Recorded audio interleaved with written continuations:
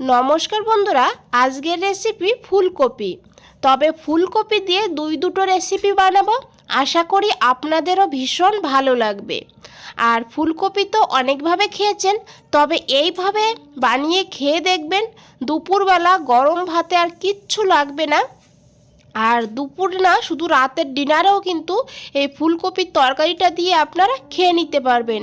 তো চলুন বন্ধুরা, রেসিপিটা দেখে নেওয়া যাক। তো এখানে দেখুন, আমি প্রথমেই নিয়েছি একটা মিডিয়াম সাইজের ফুলকপি। ফুলকপিটাকে এইভাবে কেটে নিয়েছি, ফুলগুলোকে ছাড়িয়ে ছোট ছোট করে কেটে নিয়েছি। আর আরেকটা আমি রেসিপি বানাবো এই ফুলকপির ডাঁটা দিয়ে। তো ডাঁটাগুলো একদম যদি শক্ত হয়ে যায় তাহলে কিন্তু সেই ডাঁটাগুলো নেবেন না, একটু নরম থাকবে সেই ডাঁটাগুলো দেখে নিতে হবে। তো এখানে আমি ডাঁটাগুলোকেও বন্ধুরা কেটে নিয়েছি দেখুন। এখন এই ফুলগুলো আর ডাঁটাগুলোকে ভালো করে ধুয়ে নিতে হবে। এদিকে একটা কড়াইতে আমি জল বসিয়ে দিয়েছি, জলটা দেখুন গরম হতে শুরু করে দিয়েছি 1/4 চামচ লবণ। তারপরে দিয়ে দিতে হবে এই ডাঁটাগুলো, আর দিয়ে দিতে হবে এখানে ফুলগুলো। তো আমি একই সঙ্গে সিদ্ধ করে নেব, আলাদা আলাদা করে সিদ্ধ করলে সময়টা কিন্তু বেশি লাগবে। তো এখন এই ডাঁটা আর ফুলকপিগুলোকে একটু ভাপিয়ে নেব। তো দেখুন জলটা ফুটতে শুরু করে দিয়েছে, তো ভালো করে একবার মিশিয়ে নেব। তারপরে ঢাকা দিয়ে 5 মিনিট এইভাবে মিডিয়াম ফ্লেমে ভাপিয়ে নেব।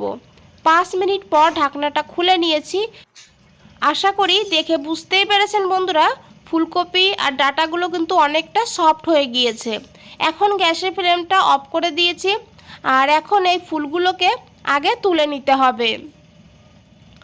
তো ফুলগুলোকে এখানে আমি তুলে নিয়েছি, এখন ডাঁটাগুলোকেও তুলে নেব। তো দেখুন বন্ধুরা, ফুলগুলোকে তুলে নিয়ে আমি ফুলের এই যে ডাঁটাটা আছে সেটাও কিন্তু আমি কেটে বাদ দেব।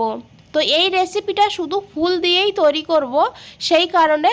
তবে ডাঁটাগুলো ফেলবেন না, এই ডাঁটাগুলো রেখে দেব। তো এদিকে দেখুন, এখন আমি এই ফুলগুলোকে এইভাবে ছোট ছোট করে কেটে নেব। আর একদম মিহি করব না, আবার একদম বড় বড়ও রাখবো না, কিমা মতন করে নিতে হবে। একদম মিহি করব না, কারণ এইভাবে ছোট ছোট করে কেটে নিলে খাওয়ার সময় যখন ফুলকপিগুলো মুখে পড়বে খেতে কিন্তু দারুণ হবে। তো দেখুন বন্ধুরা, এইভাবে আমি ফুলগুলোকে কিমা করে নিয়েছি। এখন এই কিমাটাকে আমি একটা গামলাতে নিয়ে নিয়েছি।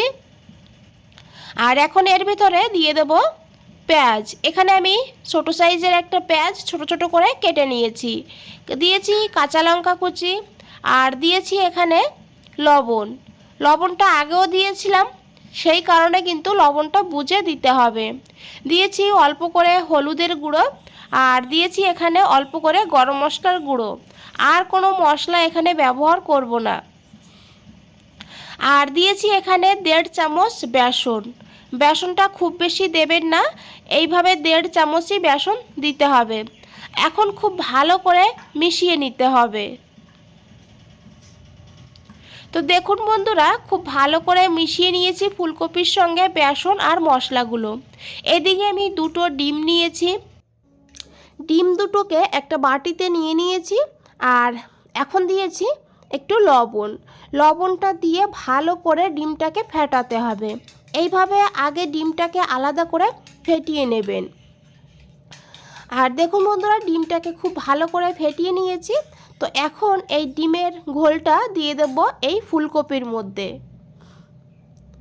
তো আগে বেসনটা দিয়ে ফুলকপির সঙ্গে ভালো করে মিশিয়ে নেবেন, কারণ বেসনটা পরে দিলে তাহলে কিন্তু বেসনটা দলা হয়ে যেতে পারে।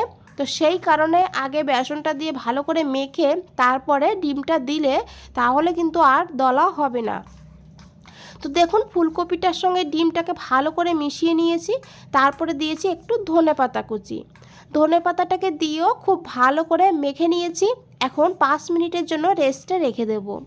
এদিকে আমি একটা মিক্সচার গ্রাইন্ডার নিয়েছি, আর এই গ্রাইন্ডারে নিয়ে নিয়েছি ফুলকপির ডাঁটাগুলো নিয়ে, আর ডাঁটার সঙ্গে নিয়েছি যে ফুলের ডাঁটাগুলো রেখেছিলাম কেটে, সেই ডাঁটাগুলো। তো তারপরে দিয়েছি এখানে একটু ধনেপাতা, যেহেতু শীতের সময় ধনেপাতা অবশ্যই দেবেন এখানে।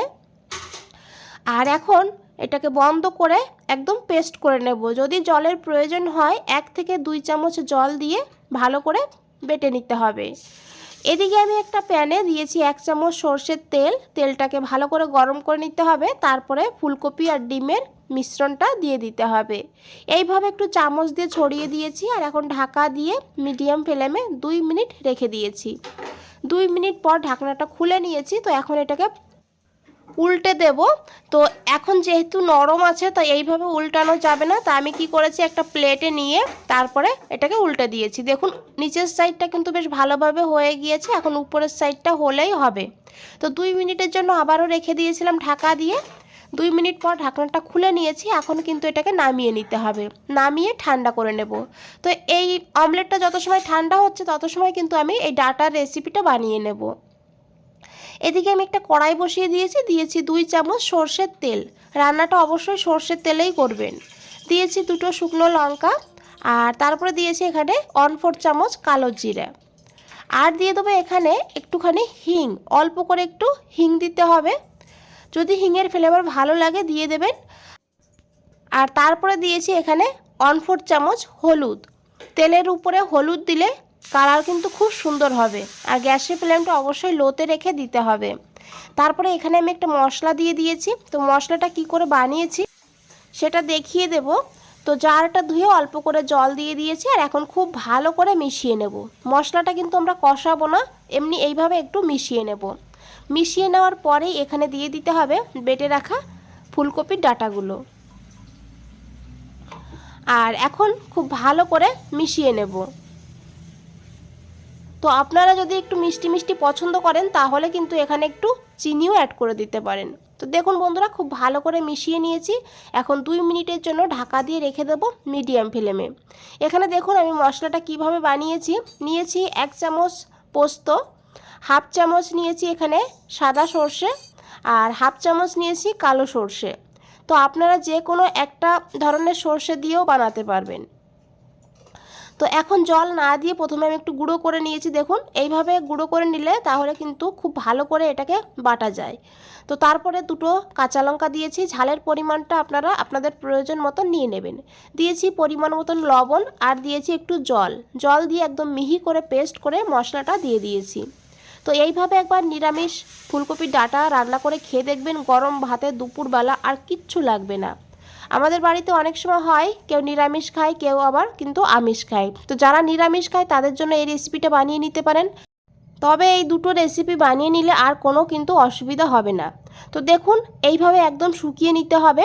তো আরও 2-3 মিনিট আমি এইভাবেই রান্না করে নিয়েছি। তো তারপরে দিয়েছি এখানে 1 চামচ সরষের তেল। তেলটা অবশ্যই দেবেন আর দিয়ে খুব ভালো করে মিশিয়ে নিতে হবে। মিশিয়ে নিয়ে গ্যাসের ফ্লেমটা অফ করে দিতে হবে। এখানে কিন্তু খুব সহজে আর খুব কম সময়ে আমাদের ফুলকপির ডাঁটার ভর্তা রেডি হয়ে গেল। এটা খেতে জাস্ট অসাধারণ লাগে, বানিয়ে দেখবেন একবার। তো এদিকে দেখুন বন্ধুরা আমি সেই প্যানটায় দিয়েছি 2 চামচ সরষের তেল। রান্নাটা কিন্তু খুব কম তেলেই করব। তো আপনারা চাইলে একটু তেলের পরিমাণটা বাড়িয়ে নিতে পারেন। তারপরে দিয়েছি 2টো শুকনো লঙ্কা, একটা তেজপাতা আর 1/2 চামচ জিরা আর দিয়েছি এখানে গোটা গরম মশলা। এখন এই মশলাটাকে একটু ভেজে নেব। তারপরে দিয়ে দেবো এখানে একটা পেঁয়াজ কুচি। এখানে ছোট সাইজের একটা পেঁয়াজকে এইভাবে ছোট ছোট করে কেটে নিয়েছি। পেঁয়াজটাকে এখন ভেজে নিতে হবে গোল্ডেন ব্রাউন হওয়া পর্যন্তই। তো দেখুন বন্ধুরা পেঁয়াজটাকে কিন্তু ভেজে নিয়েছি, পেঁয়াজের কালার অনেক চেঞ্জ হয়ে গিয়েছে। তো এখন এখানে দিয়ে দিতে হবে একটা মশলা। তো এই মশলাটা আমি বলে দিচ্ছি কি করে বানিয়েছি। তো এই মশলাটা দিয়ে 2-3 মিনিট ভালো করে কষিয়ে নেব। 2-3 মিনিট কষালেই দেখবেন মশলা থেকে তেল ছাড়তে শুরু করে দেবে। বন্ধুরা রেসিপিটা ভালো লাগলে অবশ্যই একটা লাইক করে দেবেন। আর নতুন বন্ধুদের বলছি চ্যানেলটা এখনও সাবস্ক্রাইব করে না রাখলে চ্যানেলটা সাবস্ক্রাইব করে পাশে থাকুন। নিচে বেল আইকনটা আছে প্রেস করে রাখুন, যখনই নতুন কোনো রেসিপি দেব সবার আগে আপনাদের কাছে পৌঁছে যাবে। তো দেখুন বন্ধুরা মশলা থেকে তেল ছেড়ে দিয়েছে। এখন দিয়েছি পরিমাণ মতন লবণ, 1/2 চামচ কাশ্মীরি লঙ্কার গুঁড়ো। কাশ্মীরি লঙ্কার গুঁড়ো দিলে কালারটা ভালো হবে, সেই কারণে দিয়েছি, আপনারা না চাইলে না দিলেও হবে। দিয়েছি 1/2 চামচ জিরের গুঁড়ো, 1/2 চামচ ধনের গুঁড়ো, 1/2 চামচ হলুদের গুঁড়ো। আর জারটা ধুয়ে অল্প করে জলও অ্যাড করে দিয়েছি। না হলে গুঁড়ো মশলাটা পুড়ে গেলে টেস্টটা কিন্তু ভালো হবে না। তো তারপরে খুব ভালো করে মিশিয়ে নেব, আর মিশিয়ে নিয়ে ঢাকা দিয়ে মশলাটাকে ভালো করে কষিয়ে নেব। তো দেখুন আমি মশলাটা কি করে বানিয়েছি। এখানে নিয়েছি 10-12 কোয়া রসুন, 1 ইঞ্চি আদা, আর নিয়েছি একটা টমেটো মিডিয়াম সাইজের, তারপরে দিয়েছি এখানে 2টো কাঁচা লঙ্কা। তো ঝালের পরিমাণটা আপনারা বাড়িয়ে কমিয়ে নিতে পারেন। তো এইভাবে মশলাটাকে পেস্ট করে নিয়ে দিয়ে দিয়েছি। এদিকে দেখুন ফুলকপি আর ডিমের অমলেটটাও কিন্তু ঠান্ডা হয়ে গিয়েছে। তো এখন আমি এইভাবে কেটে নিয়েছি। তো আপনারা আপনাদের পছন্দ শেপে কেটে নিতে পারেন। এখন আমি একটু দেখিয়ে দেব কতটা লোভনীয় হয়েছে। আর আপনারা কিন্তু এটা এমনিতেও খেতে পারেন, আর ডাল রান্না করে ডালের পাশাপাশি এটা রেখেও কিন্তু খেতে পারেন, দারুণ লাগে খেতে। এদিকে দেখুন আমি 2 মিনিট পর ঢাকনাটা খুলে নিয়েছি, আর মশলাটা কিন্তু ভালোভাবে কষানো হয়ে গিয়েছে, মশলার থেকে তেল ছেড়ে দিয়েছে। তো এইভাবে খুব ভালো করে মশলাটাকে কষিয়ে নিতে হবে। এখানে নিয়েছি 2 চামচ টক দই, টক দইয়ের মধ্যে দিয়েছি 1/2 চামচ চিনি। চিনিটা দিয়ে খুব ভালো করে মিশিয়ে নেব, তারপরে চিনি আর টক দইটাকে দিয়ে দিতে হবে। এখন খুব ভালো করে মিশিয়ে নিতে হবে, আর টক দই দেওয়ার সময় গ্যাসের ফ্লেমটা অবশ্যই লোতে রাখতে হবে। আর দেখুন খুব ভালো করে মিশিয়ে নিয়ে গ্যাসের ফ্লেমটা বাড়িয়ে দিতে হবে, তারপরে আবারও 1-1.5 মিনিট এইভাবে কষিয়ে নিতে হবে। যখন দেখবেন এইভাবে তেল ছেড়ে দিয়েছে তখন বুঝবেন কিন্তু মশলাটা ভালোভাবে কষানো হয়ে গিয়েছে। তারপরে দিয়ে দিতে হবে জল, আর অবশ্যই জলের পরিমাণটা আপনারা যেভাবে গ্রেভি রাখবেন সেইভাবে দেবেন। তো আমি আমার প্রয়োজন মতন দিয়ে দিয়েছি, দিয়ে খুব ভালো করে মিশিয়ে এইভাবে 2 মিনিট ফুটিয়ে নিয়েছি। 2 মিনিট পর এখানে দিয়েছি একটু পেঁয়াজের পাতা। তো পেঁয়াজের পাতা দিলে এই রেসিপির টেস্টটাও কিন্তু আরও ভালো হবে। পেঁয়াজের পাতা হাতের কাছে না থাকে, যদি পেঁয়াজের কালি থাকে তাহলে পেঁয়াজের কালিটাও দিতে পারেন, তবে একটু মশলার সঙ্গে ভেজে তারপরে দেবেন। তো তারপরে দিয়ে দিয়েছি ডিম আর ফুলকপির অমলেটটা। তো দেখুন কতটা লোভনীয় লাগছে। তো এইভাবে দিয়ে দিয়েছি, দিয়ে ভালো করে একটু মিশিয়ে নেব, আর তারপরে ঢাকা দিয়ে রান্না করব 4 থেকে 5 মিনিট মিডিয়াম ফ্লেমে। 4 মিনিট পর ঢাকনাটা খুলে নিয়েছি, রান্নাটা কিন্তু প্রায় শেষের দিকে। তো খুব ভালো করে একবার মিশিয়ে নেব। তো অসাধারণ লাগে বন্ধুরা, এটা কিন্তু রাতের ডিনারেও আপনারা বানিয়ে নিতে পারেন, দারুণ লাগবে রুটির সঙ্গে। তো তারপরে দিয়েছি একটু ধনেপাতা কুচি, আর দিয়ে খুব ভালো করে মিশিয়ে নেব। তো আপনারা চাইলে এখানে 1 চামচ ঘিও অ্যাড করে দিতে পারেন। তারপরে গ্যাসের ফ্লেমটা অফ করে 5 মিনিটের জন্য স্ট্যান্ডিং টাইমে রেখে দিয়েছিলাম। 5 মিনিট পর আমি ফিরে এসেছি। তো দেখুন কতটা লোভনীয় লাগছে। এইভাবে গ্রেভি রাখলে ভাতের সঙ্গেও খেতে পারবেন, আবার রুটির সঙ্গেও খেতে পারবেন। তো আশা করি দেখে বুঝতেই পেরেছেন, এটা কিন্তু একবার হলেও বানিয়ে দেখবেন, এইভাবে দারুণ লাগে খেতে। বন্ধুরা আজ তাহলে এই পর্যন্তই, ফিরে আসছি নতুন কোনো রেসিপি নিয়ে। ভালো থাকবেন, সুস্থ থাকবেন, আপনাদের সবাইকে অনেক অনেক ধন্যবাদ।